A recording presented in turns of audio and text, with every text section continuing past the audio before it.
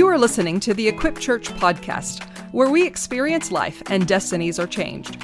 For more information about who we are, visit our website at equipchurch.life.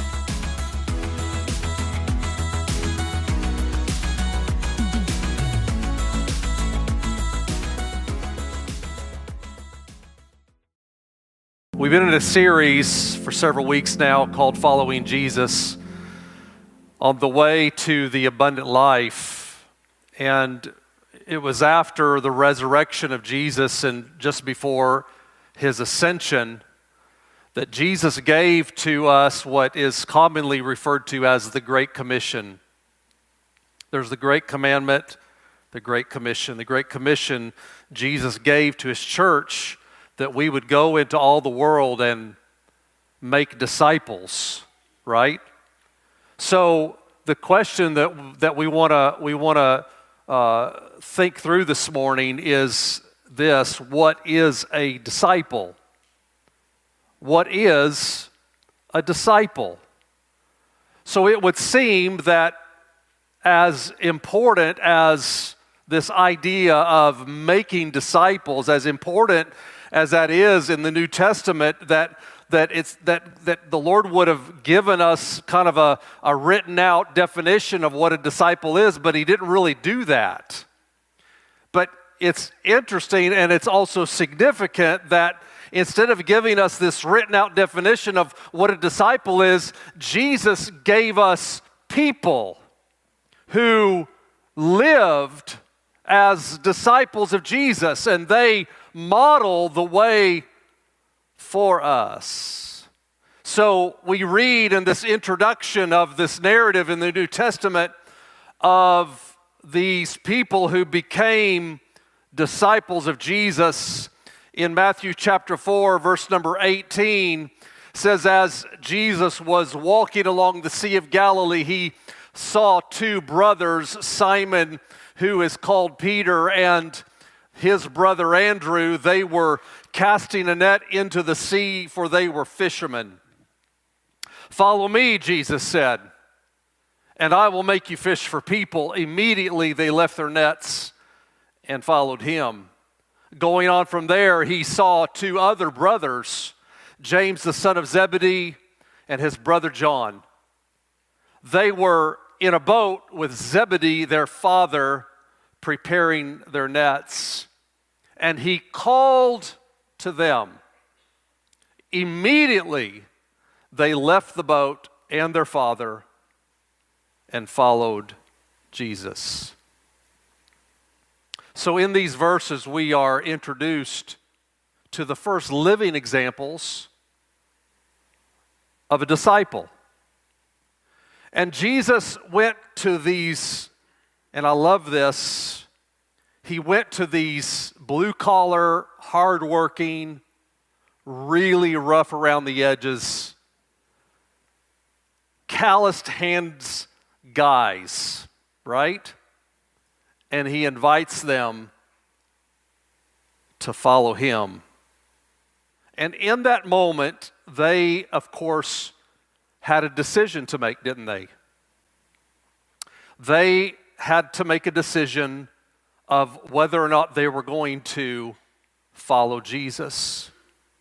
And in that moment of decision, and the decision that they made, we begin to get a glimpse of what a disciple is. And I want to look at these words and these phrases from these verses again that help us form this definition. And the first word is the word immediately. Immediately. This is a very important word in us understanding what it means to be a disciple of Jesus. That we would become a people who, when he speaks, that our response to him is immediately. Amen. We're talking about the way to the abundant life. Immediately. Secondly is this phrase, they left. This, of course, is the definition of repentance. It is turning our back on our old life and going after Jesus, following Jesus. They left. They weren't back and forth. No, they left. Then the phrase, they followed. They left, they followed. They started out on this journey of following Jesus, of going where he was going.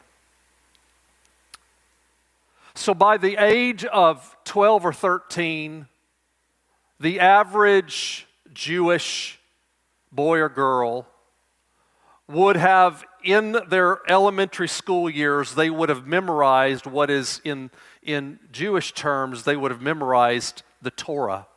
What's the Torah?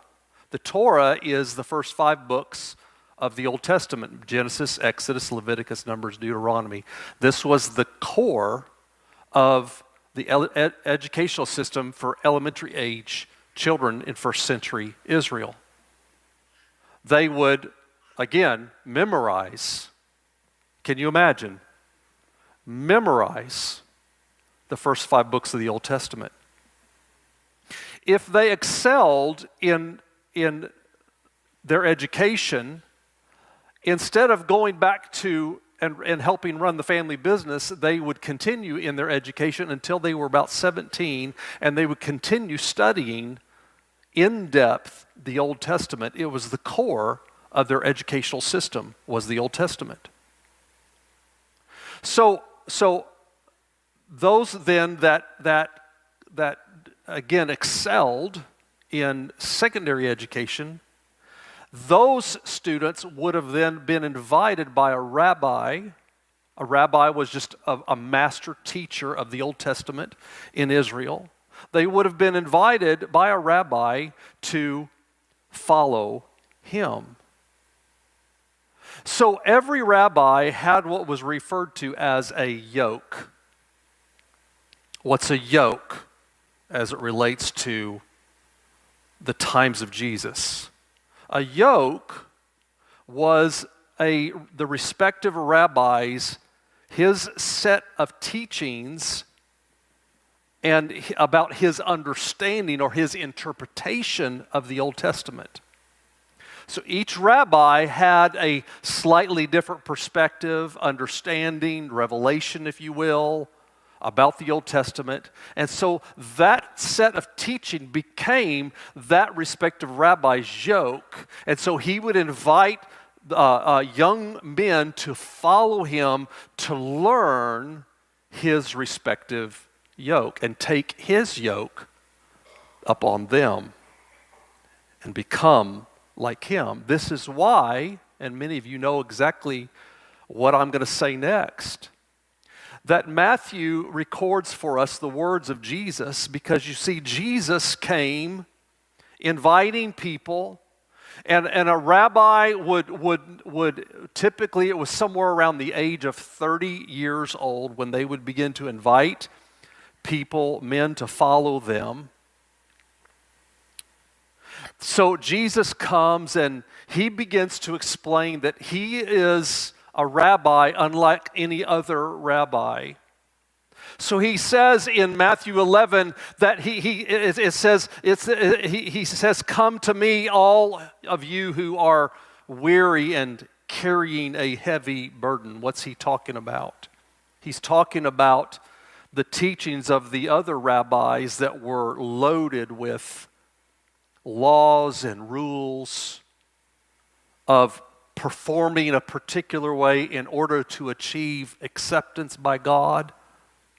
Jesus says, "Come to me, all of you that are weary and carrying the heavy burdens of all the rules and the regulations, and I will give you rest. Take my yoke upon you. Let me teach you.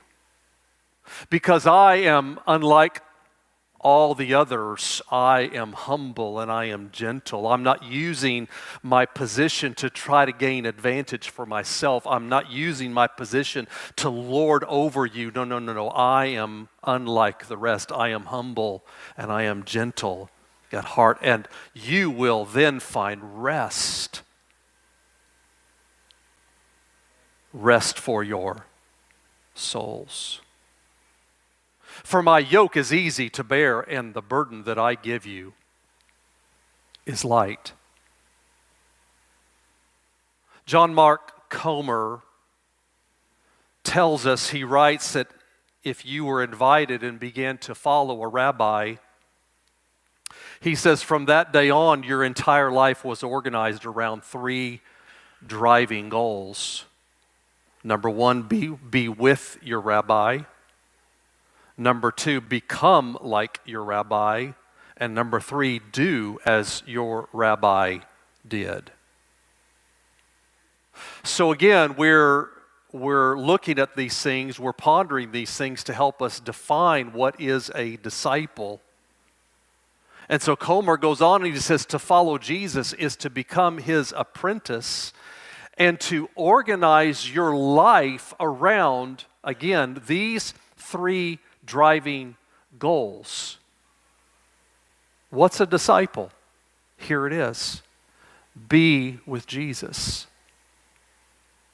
Notice, it doesn't begin with doing, it begins with being.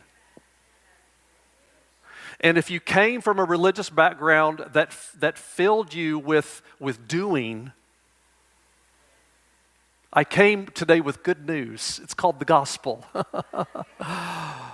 That it doesn't start with your doing, it starts with your being with Jesus. Jesus said, abide in me.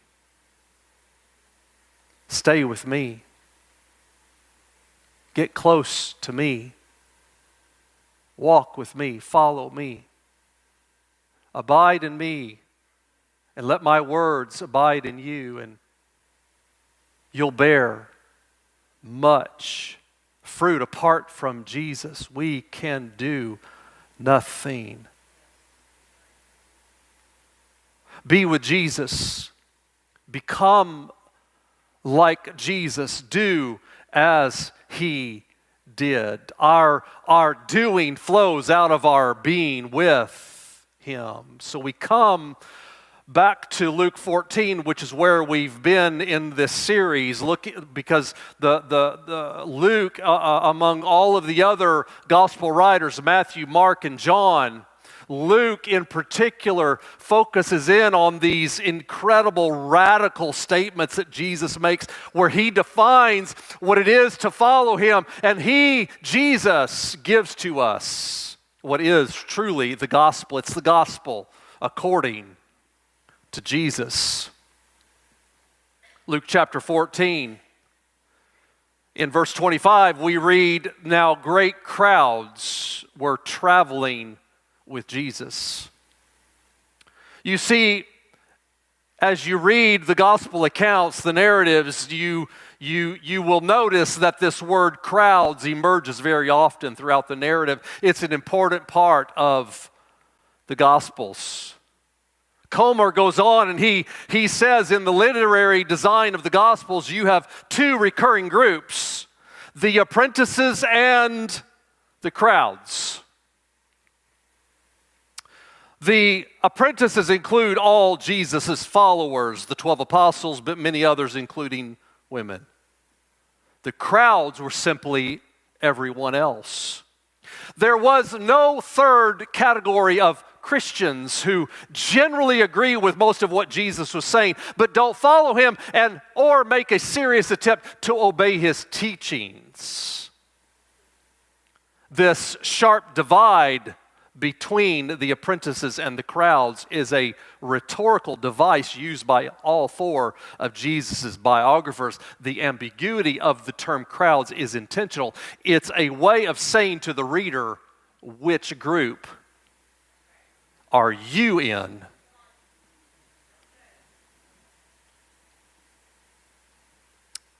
You see, Jesus' mission was not to gather a crowd.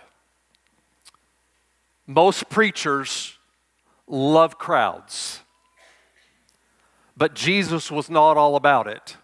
In fact, on one occasion where the crowds had gathered and They were clamoring for Jesus to come out and do some more miracles and do some more teaching and give them some great revelation about God and tell these beautiful parables and on and on. Jesus instead tells the disciples, no, we're going to leave them where they're at and work because I have to go preach the gospel in another village.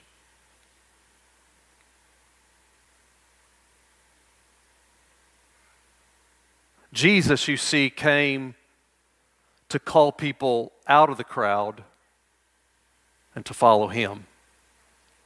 This was his method for changing the world.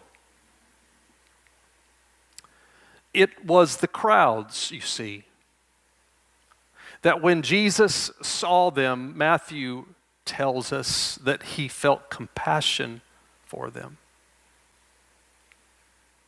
Because they were like sheep without a shepherd.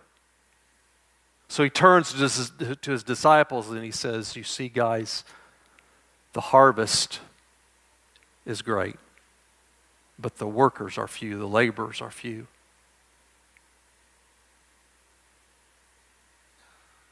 You see, friends, Jesus came to make disciples who would follow him, and this is hearkening back to my sermon last Sunday. Wherever, whenever, and whatever the cost.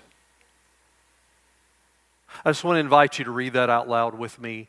Let's read it together. Jesus came to make disciples who would follow him wherever, whenever, and at whatever cost. This is the gospel according to Jesus. So what's a disciple? A disciple of Jesus. Luke is going to tell us a disciple of Jesus cultivates a preeminent love.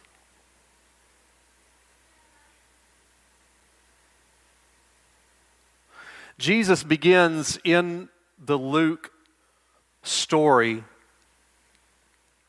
by making some statements that really on the surface appear scandalous, appear confusing. He says it says in verse 25, Luke 14, now again great crowds were traveling with Jesus, so he turned and said to them, if anyone comes to me, in other words, if anyone wants to be my disciple and does not hate his own father and mother, wife and children, brothers and sisters, yes, even his own life, he cannot be my disciple. And so when we read a verse like this, we must always insist on, and it's one of the most important methods of Bible study, is letting the Bible interpret the Bible. In other words, we don't just pull a verse out of the Bible and let that verse stand on its own and try to build a doctrine or a belief system around that one verse. We always let the Bible interpret the Bible. Yes? And that keeps us on safe and solid ground. So here, Jesus is telling us that following him requires that we hate our father and mother. But we also know in the Old Testament, what's the fifth commandment? The fifth commandment is that we are to honor our father and mother. And I see a mom patting their son on the shoulder. Yes, don't forget that, son. Don't forget that. Honor mom and dad. We also know that Jesus taught us that even our enemies, you can't hate them. No, you have to love them. This is the way Jesus was going to change the world. So how do we reconcile this apparent contradiction? Well, the first thing we need to do is we need to understand that Jesus is speaking here to the deepest loyalties in our hearts. Our loyalty to our family. Yes? Father and mother, spouse and children, brothers and sisters. When Jesus tells us that those who follow him must hate his own father and mother, Jesus is using a figure of speech known as hyperbole. What's hyperbole? Hyperbole is an exaggerated statement, not to be taken literally, but it is used in order to wake us up and provoke us to think and to make a critical point.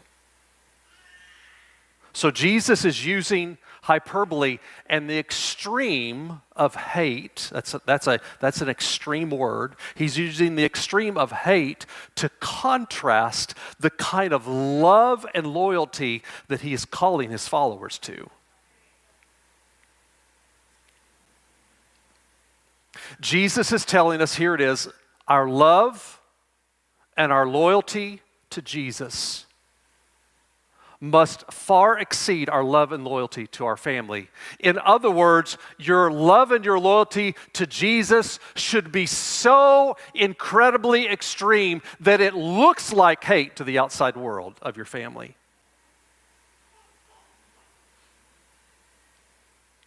So, again, just to help us kind of sort this out and make this real for us, let me ask some questions.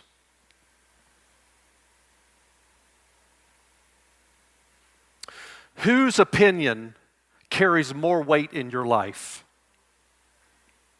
Your family's or the opinion of Jesus?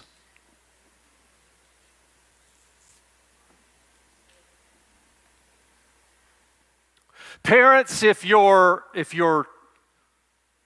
teenager, your young adult says, I feel like Jesus is calling me to move to North Africa and serve as a missionary, will you surrender to Jesus or will you keep them close?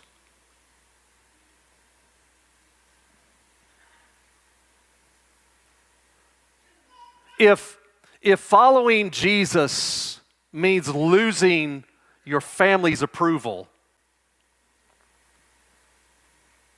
will you still follow Jesus? Another thing that is real, very real for many followers of Jesus in several countries around the world is this, is that if your family forces you to choose between them or him, who will you choose?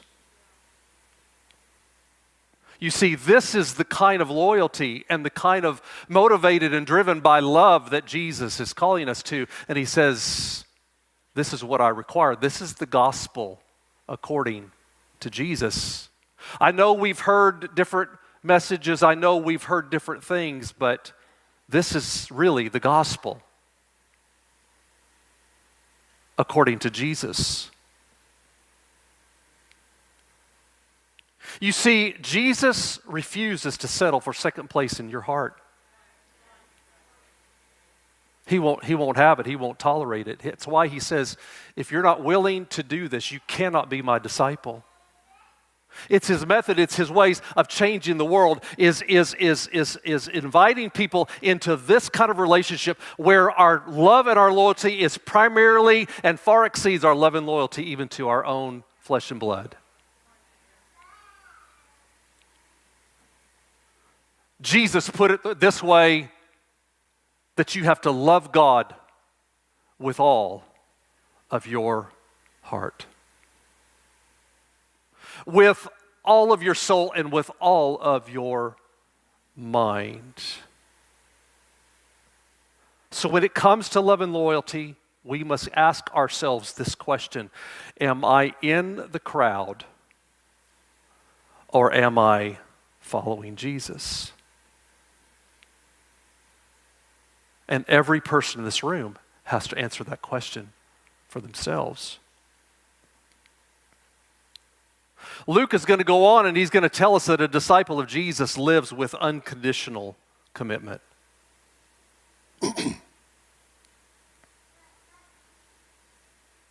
He says in verse 27, whoever does not bear his own cross and come after me cannot be my disciple.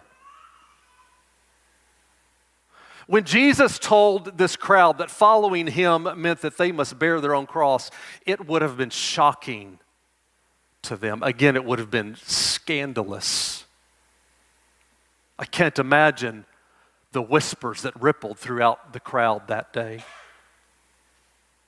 Steve Lawson writes this. He says, in the first century, the cross was an instrument that inflicted the cruelest death. It was the most feared form of capital punishment in that day. It meant horrific death that unleashed the most excruciating, and it was designed, I might add, to last a very long time,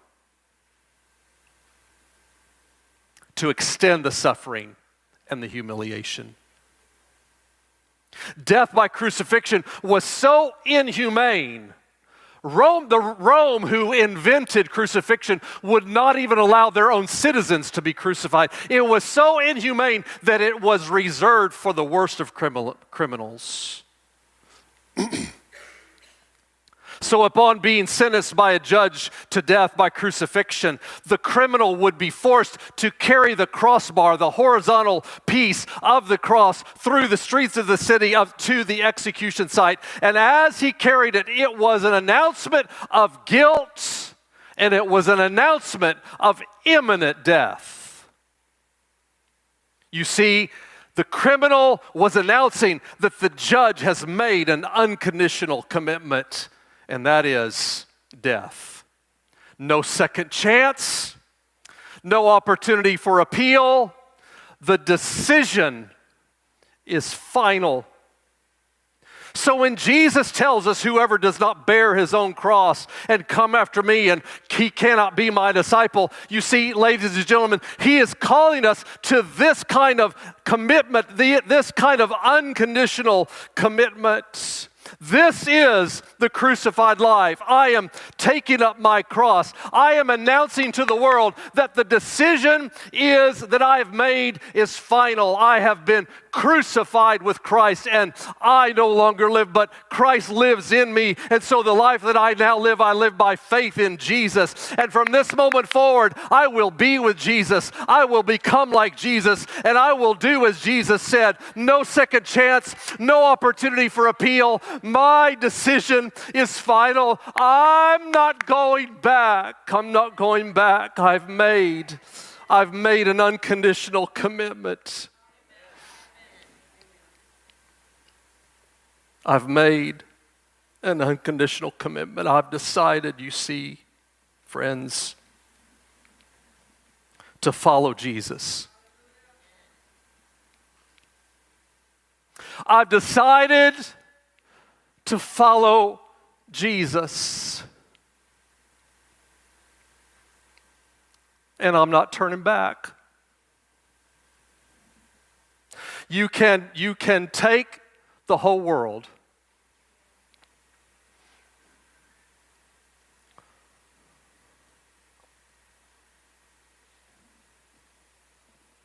But as for me and my house, give me Jesus. So again, when it comes to your commitment to follow Jesus, is your commitment to Jesus conditional, or is it unconditional? Are you in the crowd, or are you following Jesus?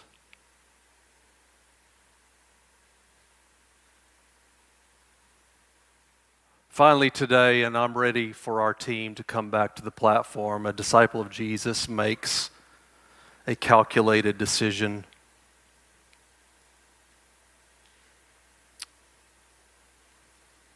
Jesus then tells the crowd that day, he tells them two parables. And anytime we read a parable in the New Testament, we always have to be very careful to not try to overinterpret the parable.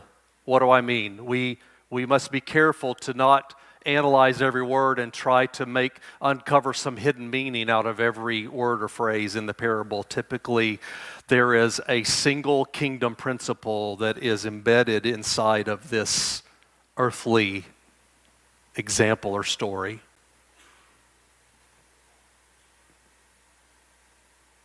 So he says in verse 28, which of you wanting to build a tower doesn't first sit down and calculate the cost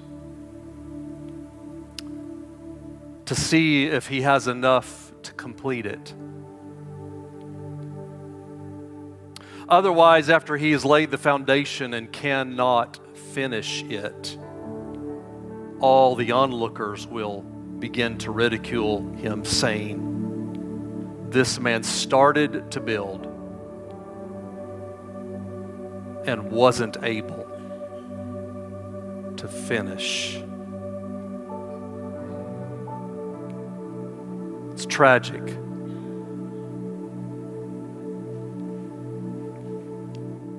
Started with a flash and a bang. Started gung-ho, started all in.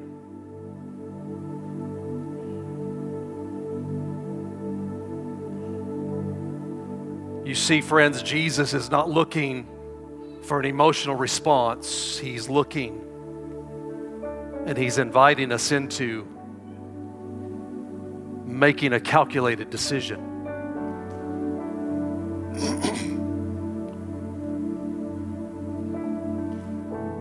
He goes on in the second parable and he says, "Or what king going to war against another king?" And Jesus is not giving a lesson here on spiritual warfare. Will not first sit down and decide if he is able, with 10,000 to oppose the one who comes against him with 20,000. If not, while the other is still far off, he sends a delegation and asks for terms of peace.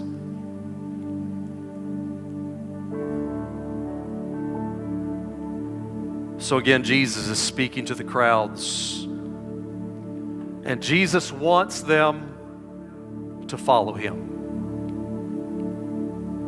But he wants them to know that before you follow, you need to think about it. You need to sit down and you need to calculate and you need to consider what it will cost you. This is not Jesus has a beautiful plan for your life. This is sit down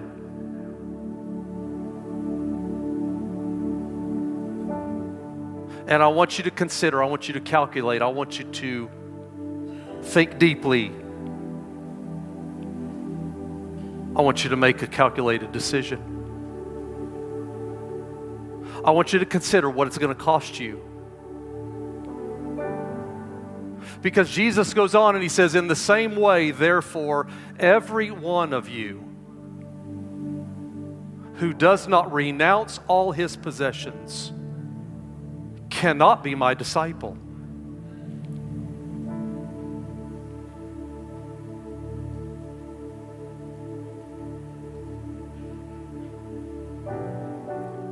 So again, our question this morning is, am I in the crowd or am I a follower of Jesus? And here it is, if I lose everything because of Jesus,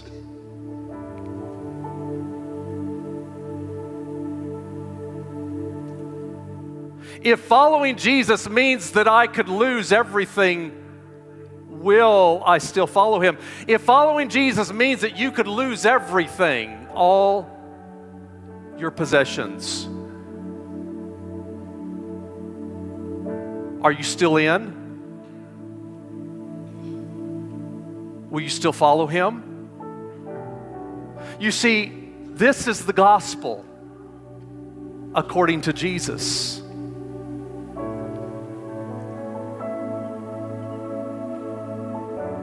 Make a calculated decision. You see, Jesus today is calling us to come and to follow Him.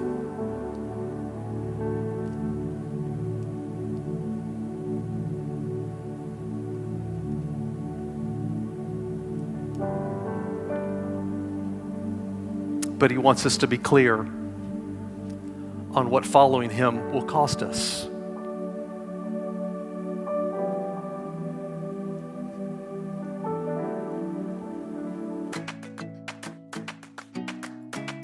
You are listening to the Equip Church podcast, where we experience life and destinies are changed. For more information about who we are, visit our website at equipchurch.life.